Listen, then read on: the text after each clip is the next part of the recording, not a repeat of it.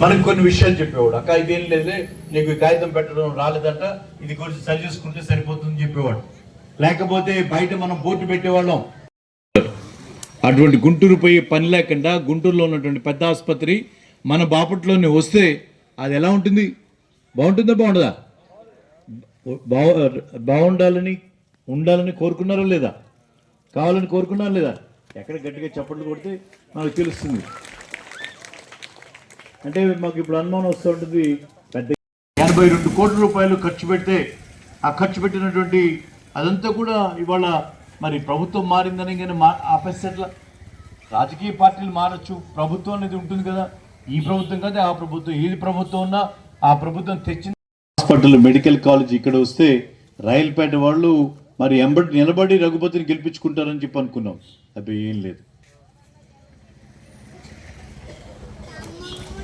ఆపడం తప్పు కదా, ఆపడం తప్పు అని చెప్పి పెద్దమ్మ చెప్తా ఉంది. మరి 82 కోట్ల రూపాయలు ఖర్చు పెట్టి మనం హాస్పిటల్ కోసం ప్రయత్నం చేస్తే దాన్ని ఆపుకోవటం అనేది ఎంత తెలివి తక్కువతనమో చూడండి. మరి ఆ రకంగా ఈ ప్రాంతం ఎన్ని రకాలుగా పెరిగేటట్టే మీరు ఊహించుకోలేరు. ఒక వైద్య సదుపాయం కాదు, మన బాపట్లో ఇప్పుడు ఉన్నటువంటి రైల్వే స్టేషన్ ఆ పక్క ఎలా ఉందో ఈ పక్క కూడా అలా తయారు చేసేవాళ్ళం. ఈ మెయిన్ రోడ్డు ఎక్స్టెండ్ చేసేవాళ్ళం. ఈ ఊరు ఇటుపక్క కూడా రైల్పేట కూడా మనం కని విని ఎరగని రీతిలో డెవలప్ అయ్యేది. ఈ బాపట్ల కోసం రేపల్ల నుంచి వేమూరు నుంచి ఈరోజు మనం ఎట్లాగా బాపట్ల నుంచి గుంటూరు వెళ్తా ఉన్నామో, మరి ఇక్కడ బాపట్లో జనరల్ హాస్పిటల్ వస్తే చీరాల వాళ్ళు, రేపల్లి వాళ్ళు, పర్చూరు వాళ్ళు అందరూ కూడా ఇక్కడికి వచ్చేవాళ్ళు.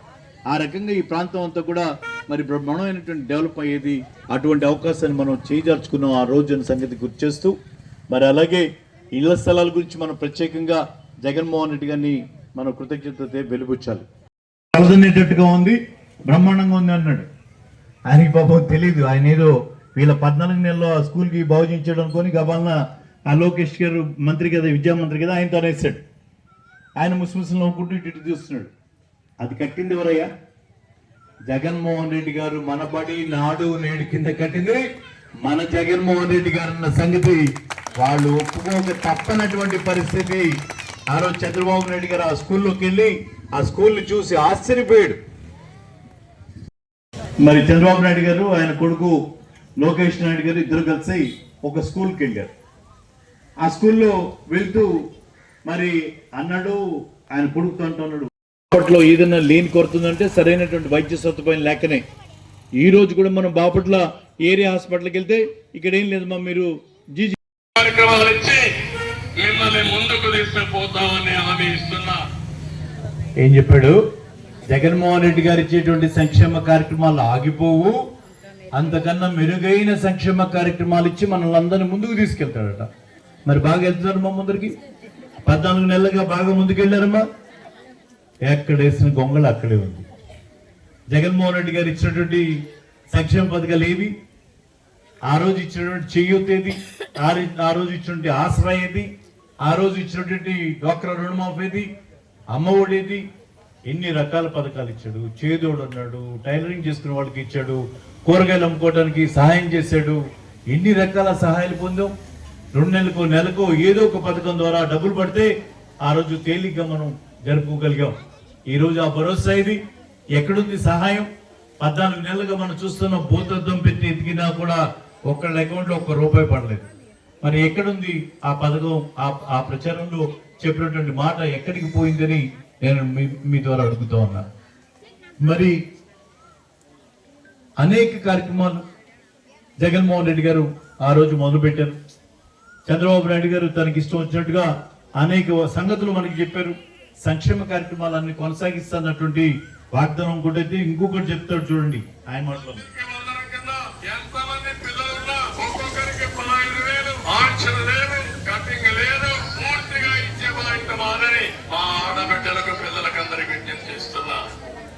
ఏమన్నాడు?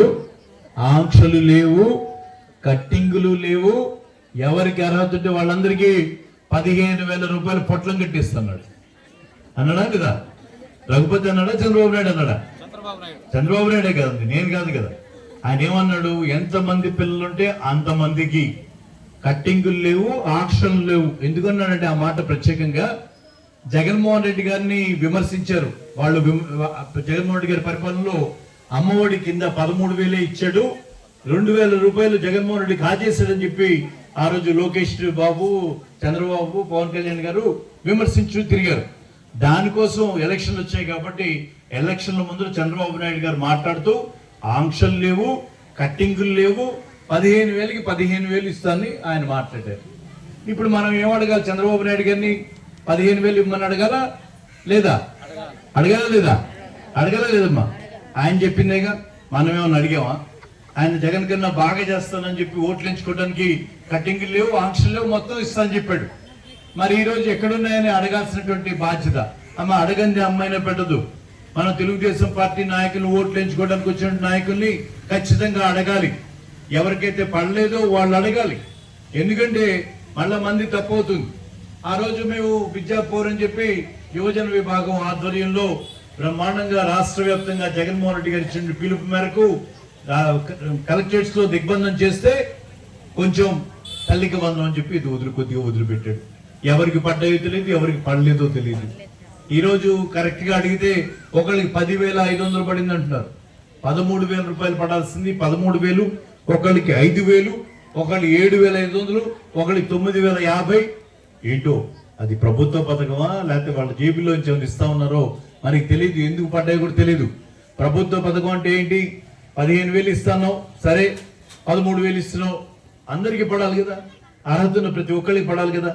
ఈరోజు ఎవరిని పోయి అడగాలి? ఆ తెలుగుదేశం నాయకులు ఎవరైనా మీకు కనపడతారా? వాళ్ళని అడిగితే వాళ్ళు ఏమన్నా సమాధానం చెప్తారా? ఆ తల్లి పోయి మరి బ్యాంకుకి వెళ్తే పట్టప్పుడు చెప్తానమ్మా ఇప్పుడైతే పడలేదు అంటున్నారు. స్కూల్కి పోయి అడిగితే మాకు తెలియదు, మీరు బ్యాంకులో పోయి చూసుకోండి అంటున్నారు. ఎవరు జవాబు?